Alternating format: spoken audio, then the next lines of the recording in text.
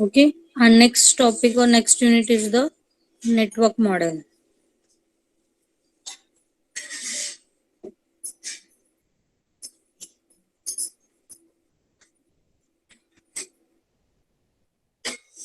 Basically, the network is a combination of hardware and software.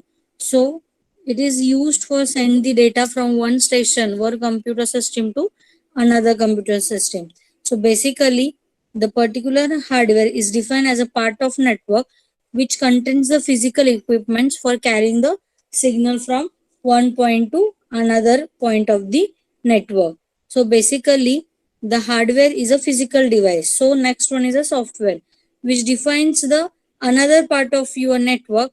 It is in the form of instruction set, so through which we have to transfer the contents or carrying out the particular services from throughout the network. So any task that has to be performed by the computer network can be divided into the several smaller tasks. So every task or every instruction or every task is performed by the separate software packet. So every task having the specific functions or the specific software program or the instruction through which he transferred the content from one system to another system. So each software packet uses the services to the another software packet for carrying out the task which is assigned by the network. So we can think of this process as a task or the particular set of instruction or this stack of the layer as described in the particular section. So what is meant by the layer architecture or the layer task? If we consider the concept of layer which is used in day-to-day life. So for example, we have to consider if two friend with the one friend wants to send the gift to another via the courier service, then we perform the number of tasks. For example, first we have to get the gift atom. After that, we have to pack it into the box. Next one, we have to write some destination address on that particular gift. So the particular services is transfer or put that particular packet or the particular gift on the particular destination address. So after that, we can carry that box with the help of courier office. So we can next step is carry the box to the courier's office. After that, give the box to the person who takes it is the destination city. So after that, the number of input accessed by the particular courier office, he divides the number of input or the particular boxes or the gift throughout the number of person which is available in that office according to the destination location of that particular person. So give that box to the person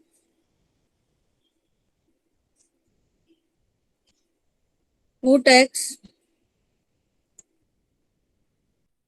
it to the destination city.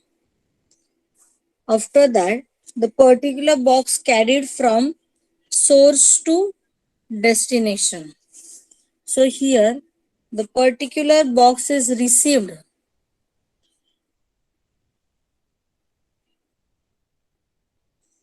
to the courier office of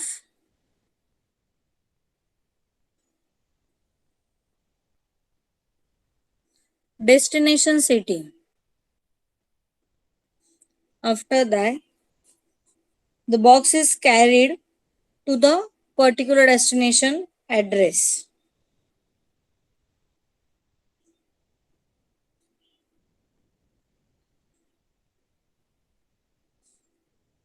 And last one is the particular receiver received the gift, unpacked it, and see the gift. This is the process is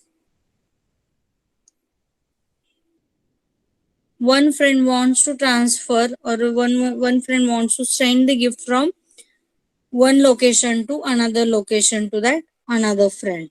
So here we have to follow some number of steps, or we have to follow the hierarchy. This hierarchy means the layer architecture. That process follow the particular task, and we have to transfer from one state to another state with the help of layered system. Here, the hierarchical task means the point to be noted is that the order to be a complete the task in a day-to-day life, small actions are being done in the hierarchy way or the layer manner. So with the help of this, we have to transfer the contents from one station to another station.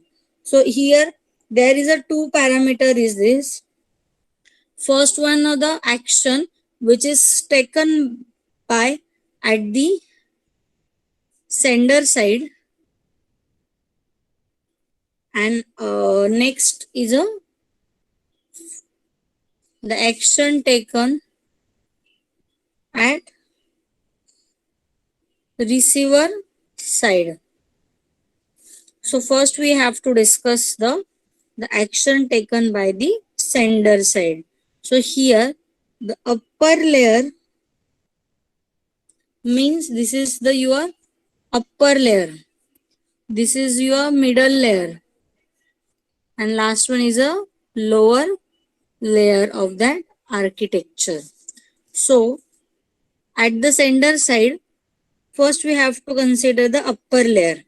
What is the task of that upper layer? He first get the gift, then pack it with the help of some box. After that, destination address is written on that particular box. So in middle layer carries the address of the box and transfer that box from person to that courier office. After that, lower layer is distribute according to the person who go to that particular city for distribution. Same case at the receiver side, also lower, middle and upper layer perform some operations according to the requirement. So hierarchy and layer task. This is basic a demonstration of that particular task with the help of some architecture format or layer format, which is varies from higher layer to lower layer. The network protocol as well as the layer architecture is used for preparing the such a type of task. This is the concept of the layer task. So next one is a network softwares. Here the software is used for network is equal important like a hardware. So network software is highly structured nowadays with the help of some parameter. So basically the protocol hierarchy and the network hierarchy, layered architecture hierarchy, most network are organized in the form of series of layer. Means we have to prepare the network with the help of levels or the layers. So it reduces the design complexity, and we can easily recognize the task of each layer, and we can easily recognize the fault of each layer when the data is transmitted from one station to another station. The number of layers, name of each layer is depend on the functionality of that particular layer. So the content of each layer and the function of each layer is differ from the network to network, which is depends on the type of network. The purpose of each layer is offer some services to the higher layer. When we transfer the data from one layer to another layer, it offers some services to that higher level. So layer N on one machine will communicate with the layer N on another machine, for the example source to destination. The rule and the convention which is used for the communication, it is considered as a follow. For example, This is the physical media through which we have to connect the two systems.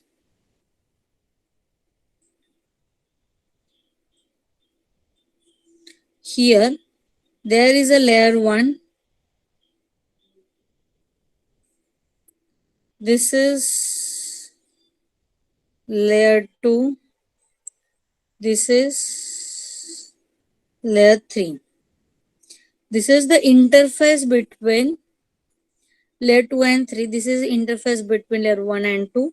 Same like it is the link for receiver side, or the, if we consider this is your host 1, this is your host 2. So here also layer 1, again he connect with the layer number 2, again he connect the layer number 3.